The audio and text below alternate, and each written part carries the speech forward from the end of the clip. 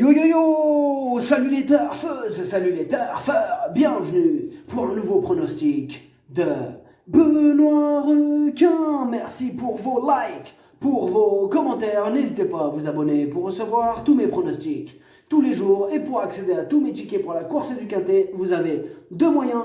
Par mon site internet Benoît Requin ou par le bouton rejoindre. Ok, place au pronostic du Quintet du lundi 24 mai. Direction Paris-Longchamp pour le prix de la place Vendôme. Plat, 1600 mètres, 14 partants, réunion 1, course 3, indice de confiance, 2 sur 5. On commence la semaine à Longchamp sur les 1600 mètres et sur cette distance, les places à la corde peuvent avoir leur importance. On va voir ça ensemble. Cette vidéo, je la tourne avant l'arrivée du Quintet de ce dimanche. Je reviendrai dessus demain. Pour les membres de mon site internet Benoît Requin et les membres YoYo Total VIP, ce mois de mai, il monte à 3 959 € de gain et au total depuis le mois d'octobre, on a atteint la somme de 113 555 € de gain. Vous avez deux moyens pour récupérer mes tickets pour la course du Quintet, par mon site internet Benoît Requin ou par le niveau YoYo Total VIP en passant par le bouton rejoindre. Ok, c'est parti, on commence le pronostic et on commence avec le numéro 1, We Ride the World. Il reste sur un échec, mais ce jour-là, il avait hérité du numéro 16, mieux loti. Cette fois-ci, il peut remettre les pendules à l'heure. Et on écoute Cédric Rossi. We Ride the World était nanti d'un mauvais numéro de corde dernièrement et n'a pu se montrer menaçant. Cette fois, j'espère que cela se passera mieux et je vais lui remettre les œillères classiques.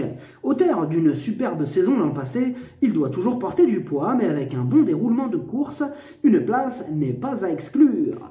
Le numéro 2, Prince Hamlet. Il n'a plus à faire ses preuves à ce niveau de la compétition, il a déjà gagné sur cette même piste, il a une belle carte à jouer. On écoute Maurizio Delcher Sanchez. Prince Hamlet n'a pas trop bien couru à Madrid et on lui a donné un petit break pour récupérer. Il n'a pas de marge au poids, mais il adore les pistes profondes et s'il pleut encore d'ici lundi, il peut espérer prendre une place. Le numéro 3, Millfield, lui aussi il est confirmé à ce niveau, il donne toujours son maximum en compétition, il a sa chance. On écoute David Smaga. Millfield aligne les bons résultats au niveau qui nous intéresse. Depuis sa dernière course, il me paraît rester très bien. Il a donc de nouveau sa place à l'arrivée, d'autant qu'il n'est pas dérangé par des pistes souples.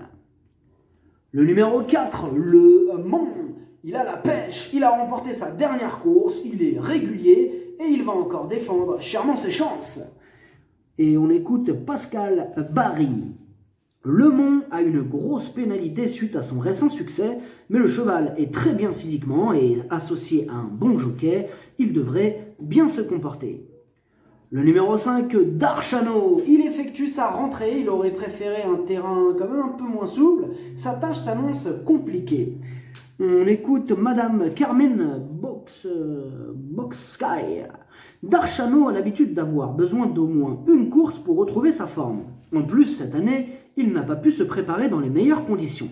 Il va avoir besoin de se remettre dans le bain, d'autant qu'il n'aime pas le terrain trop pénible. Le numéro 6, Pegasus. Il est dans son jardin à Longchamp, il est régulier, il a hérité d'un bon numéro, il peut faire mal. Et on n'a pas les commentaires de l'entraîneur du numéro 6. Le numéro 7, Go to Hollywood.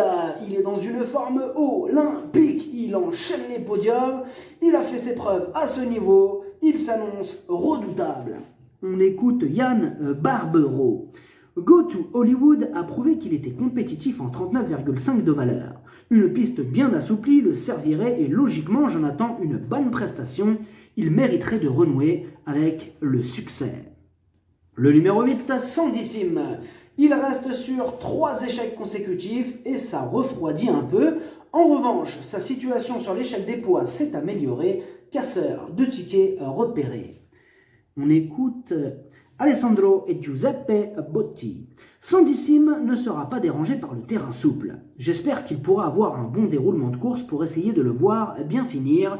Je le crois capable de lutter pour une place. Le numéro 9, The Big Smoke. La régularité ne fait pas partie de ses principales qualités. Ses 5 dernières courses, une seule fois à l'arrivée, et comme d'habitude avec lui, ce sera tout ou rien. On écoute Yann Lerner. The Big Smoke reste sur 2 sorties très correctes dans les quintets. Il est resté bien le matin, il n'a pas de marge de manœuvre, mais sa place est parmi les 5 premiers, d'autant que l'état du terrain lui importe assez peu.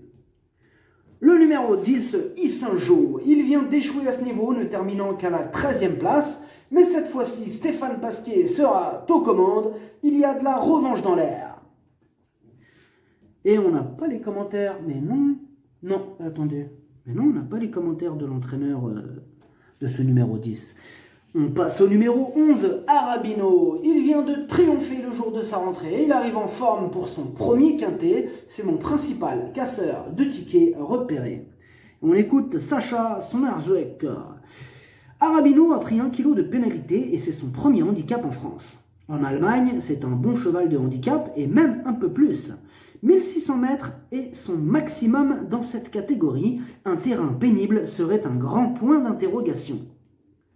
Le numéro 12, Larno. Il apprécie cette piste, mais il reste sur 5 échecs consécutifs. Difficile à recommander dans ces conditions, mais il intéressera les amateurs de champ réduit. On écoute Mathieu Boutin. Larno ne me déplaît pas le matin. Il a l'air d'être resté bien au travail, il n'a pas eu un début de saison chargé et conserve pas mal de fraîcheur. On annonce de la pluie. Cela ne peut être que bénéfique pour lui. Le numéro 13, Nice to see you. Ses 4 dernières courses, 4 échecs. Il se présente à seulement 6 jours d'intervalle. Il y a quelques doutes qui planent sur sa candidature. Et on n'a pas les commentaires de l'entraîneur du numéro 13. Le numéro 14, Saga Tingad. Il a fait ses preuves à ce niveau de la compétition, dont certes il reste sur 2 échecs, mais il ne sera pas malheureux toute sa vie. Cet adepte des pistes souples va tenter de remettre les pendules à l'heure. On écoute Mario Mbaracci. Saga Tingad a un bon numéro à la corde et va trouver un terrain souple qu'il apprécie cette fois. Dans ce lot, je le vois plus pour une place. Le pronostic, ça donne 7, 6, 4, 2, 3, As, 10, 14, cheval de complément le 11, si jamais il y a un autre nom partant et ça peut arriver, le 8. Merci d'avoir suivi cette vidéo, n'hésitez pas à vous abonner pour recevoir tous mes pronostics tous les jours et pour accéder à tous mes tickets pour la course du Quintet, vous pouvez passer par mon site internet Benoît Requin ou par le bouton rejoindre sur le niveau YoYo Total VIP. À jouer avec modération, bonne chance, chopez-le moi, ciao.